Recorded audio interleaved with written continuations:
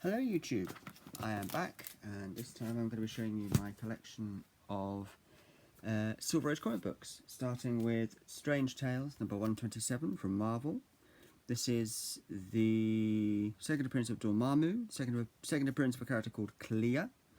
It's the debut of the Eye of Agamotto and the Cloak of Levitation, and the first team appearance of the Mindless Ones. And it's also the first and only appearance of the mystery villain, who's of course, if you've read the book, you'll know it's Mr. Fantastic, who dresses up like that to teach the Thing and the Human Torch a lesson because they won't stop arguing with each other. So, I then have Avengers number 52, first appearance of the Grim Reaper, and Black Panther joins the Avengers. I then have Avengers number 56, which covers the origin of Captain America. And the Avengers books are pretty much, these two Avengers books are pretty much at the moment the crowning jewels of my collection. I then have Fantasy Masterpieces issue 6, or number 6, again from Marvel. These were basically collections of stories from the golden age of Marvel. I have no idea how many issues they ran for, but yeah. I then have two copies of Fantasy Masterpieces number 7. This is my original copy, where you can see the tape, spine is all taped and things like that, and it's in fairly good shape, but could be better. And then this is the second copy I picked up, where it is actually in much better shape, apart from the squiggle up here. I don't know if you can see, but apart from that squiggle up there is in much better shape. The spine isn't taped or anything like that, and it's, yeah, much better nick. Then I have a small collection of Sergeant Fury and his Howling Commandos, starting with issue 11. Number 11, which sadly doesn't have its cover on, but it's Silver Age, it's Marvel, I bought it.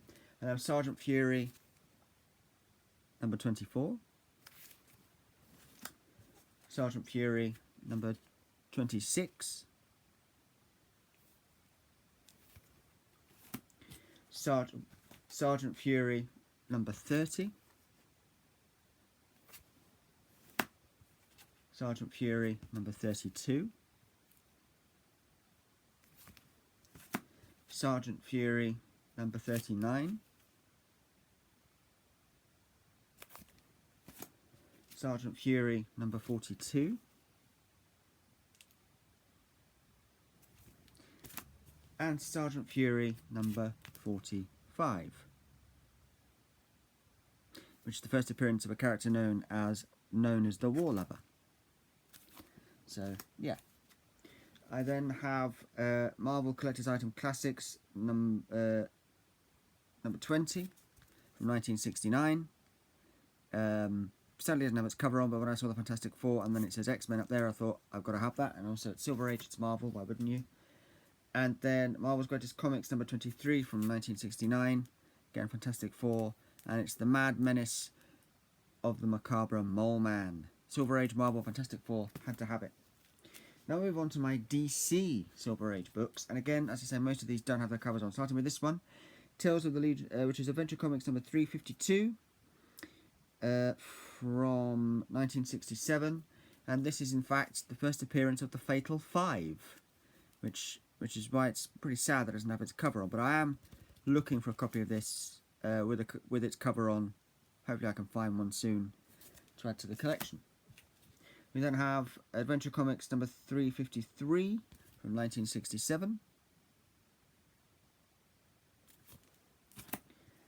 Adventure Comics number 355, again from 1967, again without its cover on, but the book is still complete, even though it doesn't have the cover on. We then have The Flash number 165 from 1966. Some Silver Age Flash there. We then have Aquaman number 22 from 1965. So number 22, so an Aquaman below 100. And the only reason I got it for the very cheap price I got it for is because it's a filler issue, I believe, and B, doesn't have its cover on. So my LCS couldn't justify charging too much for it. I then have Metal Men number 14. Another Silver Age, obviously still in the Silver Age DC. I then have Adventure Comics number 363 from 1967. No cover on that one, but Superman. Metal Men number 23 from 1967. 1966-67. side. I then have Superboy number 102 from 1963.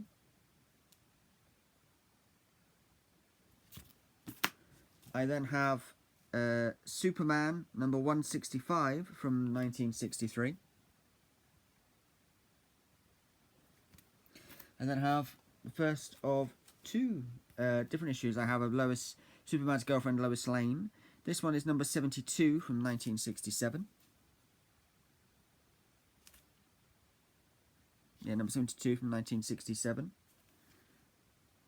And I then, not long ago, was able to find in my LCS an issue number 90, Superman's girlfriend Lois Lane number 94 with the cover. So I finally have a Superman's girlfriend Lois Lane with the cover on, and again Silver Age. So yeah, I then have Beware the Creeper number 4. Nice Silver DC's. I think this is Jack Kirby, actually this one, but nice Silver Age DC there. Also from DC, I have Captain Action number 3.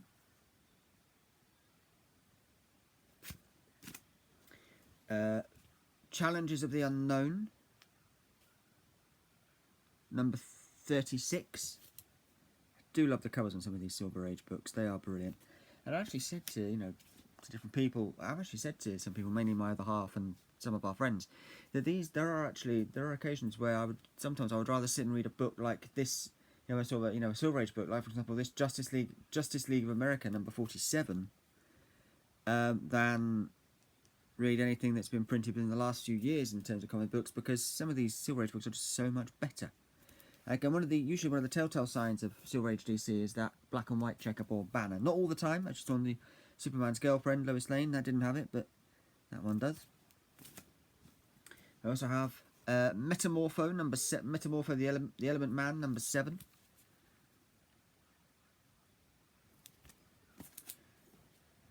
Another issue of Challenges of the Unknown. This is Challenges of the Unknown number 69.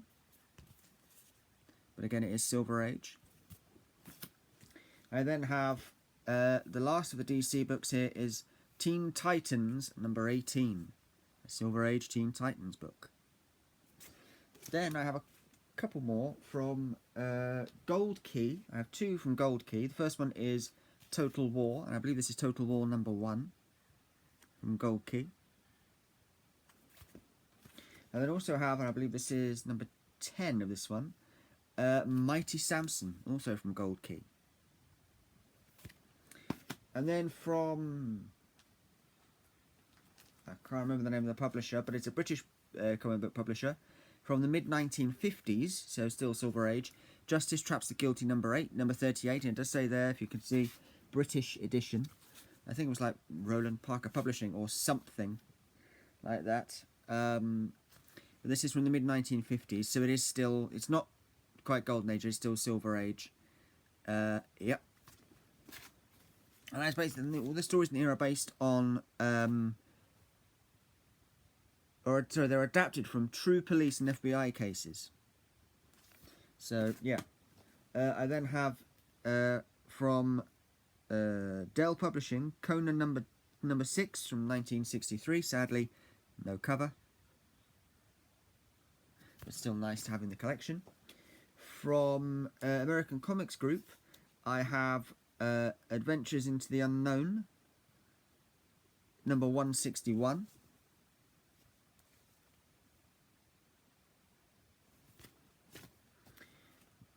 Last 2 now, and then let's last 2 from a publishing company called CDC. I believe it's Charlton. And first one I have here is Little Genius. I'm not sure on the number of this one, but there he is. Silver Age book. Actually, it was from my local market, and given that, it is in startlingly good condition. And the last one I have from CDC is Dr. Tom Brent, Young Intern. Yeah, again, when I saw my LCS, I thought, you know what, it's not the sort of thing I'm used to, but it does look right up my. It's however, it's not the sort of thing I'd usually buy. It's not Marvel or DC, but it is Silver Age, and I thought, you know what, it does actually look like something I might enjoy reading, and I did enjoy reading, and I've read it about 2 or 3 times now, maybe more.